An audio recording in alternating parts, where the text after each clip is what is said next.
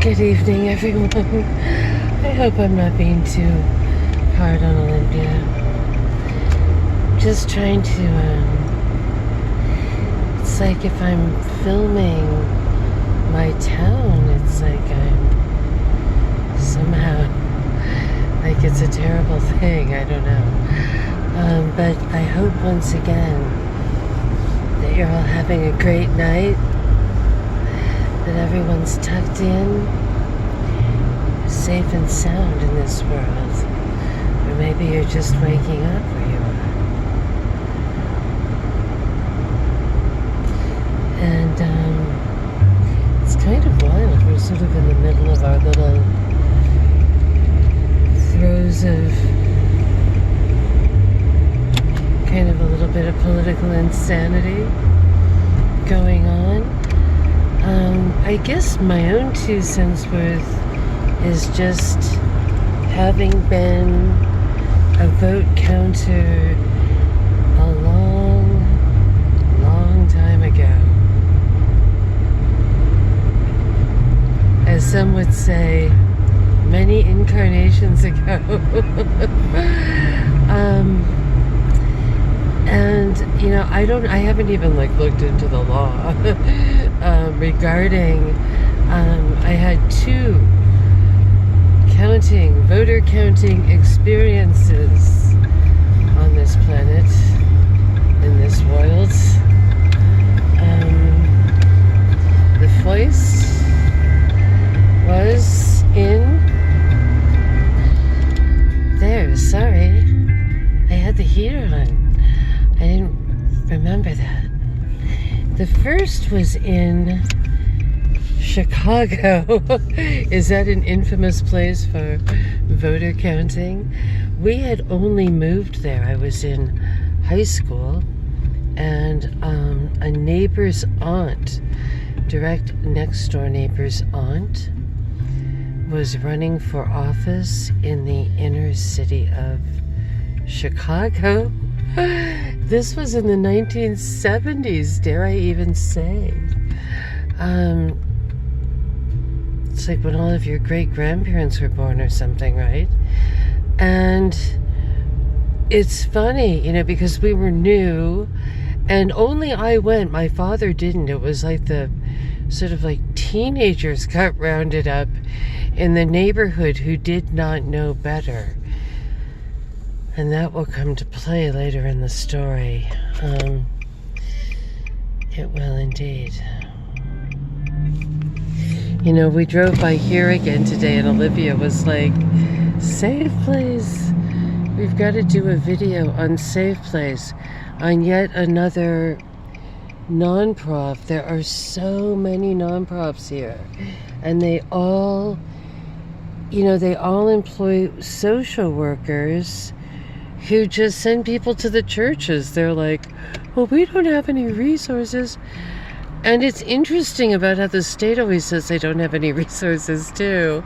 And yet every other, I don't know how often it is because I don't take the paper, but the few times I've read the paper, there's always someone getting busted who works for the state, who embezzled, like one woman recently, $6 million from some kind of housing authority thingy. Anyway, we were on the voting in Chicago. I guess I was about 15. And it was my neighbor, her younger brother. He was maybe more like 14 or maybe even 13. And we've got like a half moon tonight. Oh yeah, sorry, we were heading downtown. And what else? So they would drop us off, and it was cold. I mean, it was bitter. And when I say they, it was like the adults in a Peanuts cartoon. Just these sort of cold-hearted adults that would drive us down and just drop us off in these kind of godforsaken places that were half boarded up buildings. Now that I look back on it, I feel like it's just total and complete child abuse, right? Why? Why would they do that? This is before cell phones even. But on the very final night, I was so thrilled because finally I was given a task to do inside and not outside. Sorry if it's a little bumpy. We've got the railroad tracks. So the final night, they put us, and this was a Democrat. We're talking Chicago. We're talking the machine, the Chicago machine. And on the final night, we gathered after finally leafleting, and there was some sort of celebration occurring. And it was in a pub, and the pub was across the street, and on the first floor, just maybe it didn't even have a second floor, it was a pub, Irish, and I was across the street with Kevin, the neighbor boy, and his sister was Mary, who was my age, and she took off. Everyone ended up taking off and leaving Kevin and I to do the counting. At one point, that's right, we had gone to the ballot place, as it were, to get the ballots to count. And I just remember, seeing... It's funny, the things we remember in life, right, and the things we don't. And do we have false memories or real memories? But I do recall just a sort of frozen moment of being cold and going to some sort of precinct. I don't know if it was a post office or a school. It was just a kind of a bland, single story, humorless, charmless, probably early 60s building, and just seeing people coming out. And I remember, seeing one, kind of woman in particular who was really young, and I just wondered, is that what happens when you become an adult, right? Is that sort of the next step, as it were? And she just had like a sort of Mary Tyler look to her, the kind of interesting. So it's funny, and I just remember, thinking, who did that person vote for? And, is that kind of what it's like when you really go out on your own? Everyone looked very serious, very somber, sort of coming and going through this dirty snow. But then, we took our boxes or sacks or ballot boxes or, whatever it was we were given, and went to this, charmless kind of on the second floor with the cheap wood partition kind of, campaign headquarters sort of place. Drafty, cold. There might be a mother-in-law tongue plant or something, empty bowl of where there were some potato chips, 70s kind of place.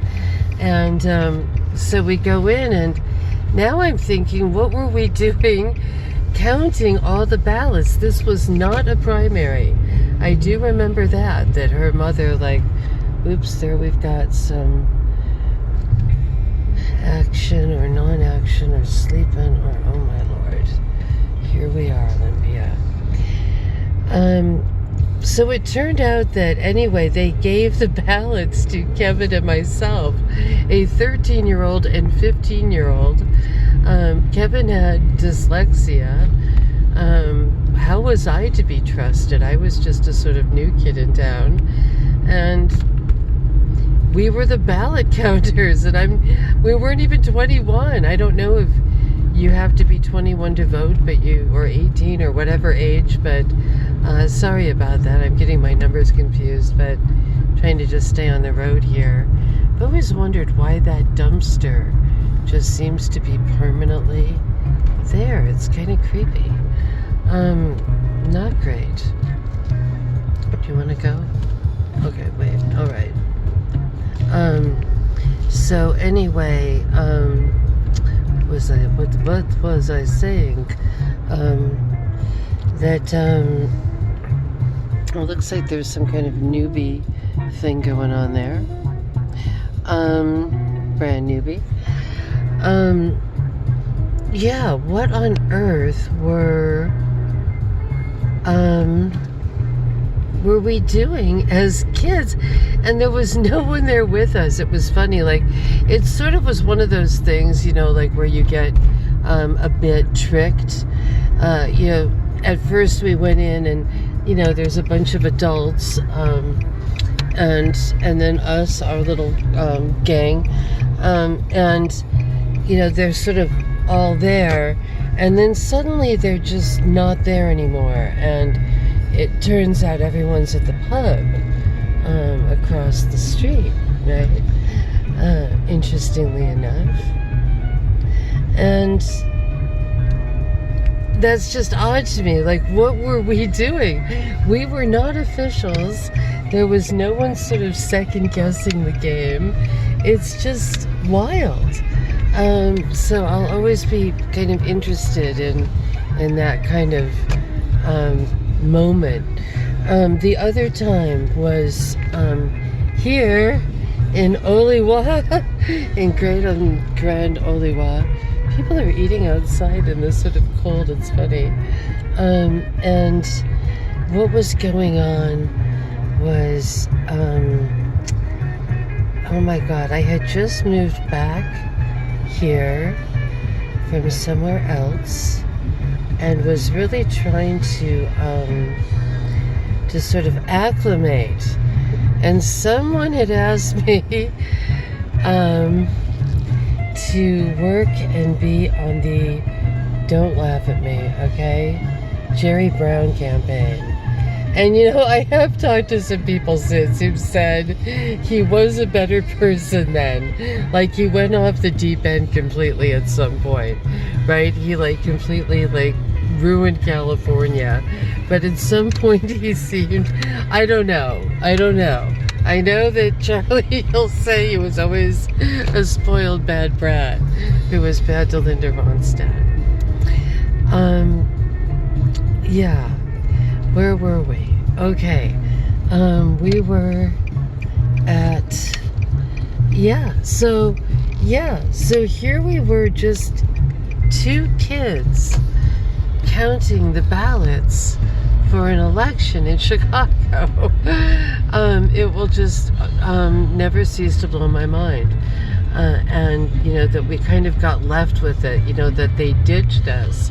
It was like a Tom Sawyer short story or something of painting the fence. I remember that's pretty much what the experience was like. And here in Olympia, right, I got roped in, and I liked Jerry Brown. I remember I thought, you know, he didn't seem as addled as Clinton. I didn't even really know who Clinton was, but I remember seeing him and just thinking he looked like a bit of, you know, too much of a kind of a cocky barfly. Now that's brand new. Open. Olympia's got some new stuff going on. Here's our bookstore. Should we get out and take a look? See what's going on? Huh? Maybe we'll come down here tomorrow. And so while I was part of the Jerry Brown campaign and even became a state delegate,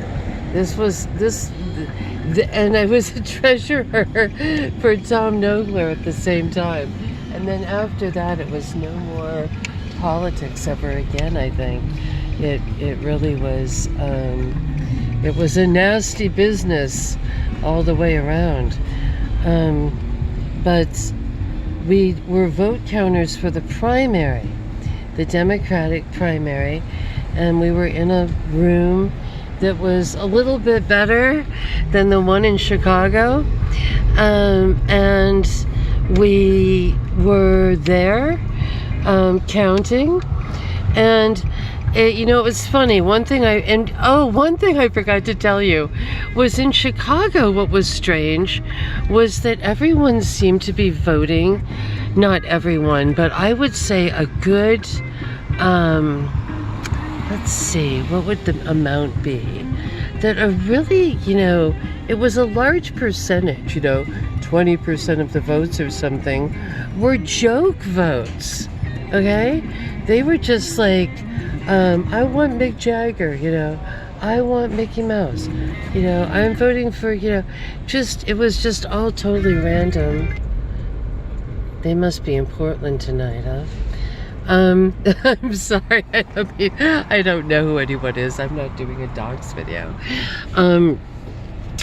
Yeah, so that was a weird thing. So I remember, like, when we did the vote counting here for the primaries, I was saying, I wonder if anyone's going to be serious, or if it's going to be like when I was in Chicago that time. But it seemed like people were actually voting for people.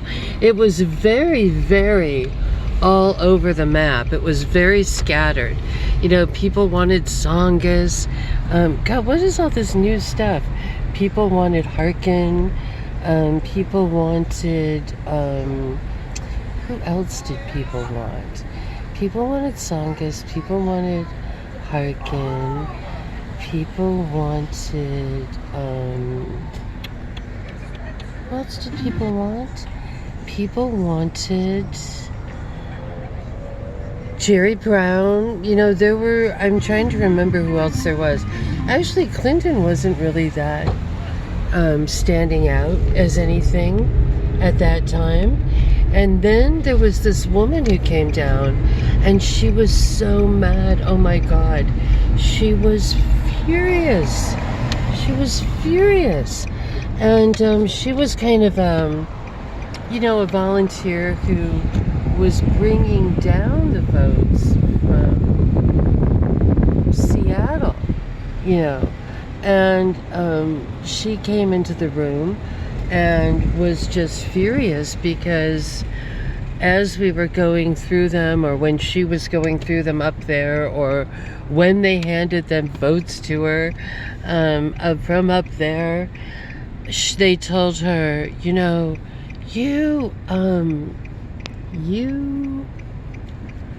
all the votes are for Bill Clinton. There are no votes for anyone else. They're all just for Bill Clinton. And it's like, what? What do you mean they're all for just Bill Clinton?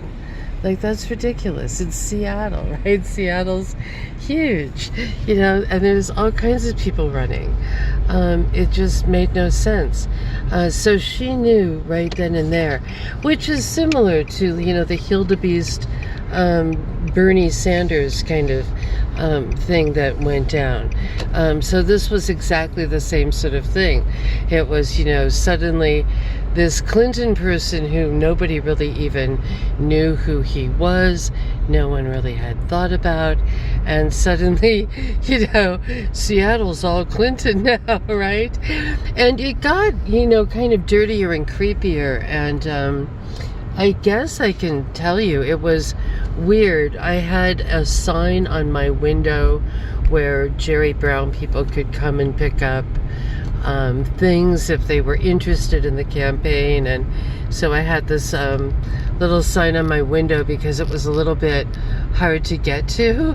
Actually, it was kind of a big sign. It just sort of sounded like the Dream Team or something funny like that, and people did say they appreciated it, and there were people who just stopped by and said, oh, it's fun to know there's a house you can just sort of knock on the door or whatever. And I had, different things for people. It was really fun little time. And but one day I opened the door and there was a duck that had been strangled, right? And right after that, like it was right at the exact same time, we had to go to some sort of Democratic convention, and I remember driving down there with Doc or something, which is funny. Doc never goes to stuff like that, but we had driven down, and Doc, Doc said on the way back, he said, we were on the freeway. It was kind of a long drive, and he said, I think we're being followed. And I thought, whoa, that's weird. And I was just really tired. And I'm not saying that I didn't believe Doc or anything, but it just sort of felt, and I'm not even going to say it felt melodramatic. He just said that. And I kind of picked up on it. And it was this car that was like, I think we were talking about, right, there's several different types of following. There's following people and not wanting them to see you, right? There's following people and not wanting them to see you and messing up, and they do see you, right? So that would, and then there's following people and wanting them to know that you are seeing them. The intimidation following. And that was the category we were in. It was super blatant, and it was like this creepy, kind of MIB sort of car, and it would come up, really close and just be really creepy. The whole thing was just a really appalling experience. And I don't really recall, the only other time I recall having a sort of like a following escapade was coming out of a meeting that was like an anti-nuclear power plant meeting or something, and some car came out of the blue and tried to run everyone into the bushes, and we didn't know if it did not seem like a random drunk, but it was so creepy. I just said never, no more politics ever again. And I'm steering clear. It was just really really creepy, and so that was sort of that. But I think it was very frustrating for that woman. I remember when I met her, her name was Donna, and she said, I'm a political animal, like I'm all about politics, and she was very energetic and sort of young and full of energy, and it's funny, the last time I saw her, she wanted nothing to do with politics either. And it was really frustrating to see her know that it was total fraud and there was no one to go to. She was just screaming into the air. And I just remember thinking, what is she going to do about this? How is this going to be resolved? And the way it was resolved was that Bill Clinton won the election. What do they have up there? What's going on now?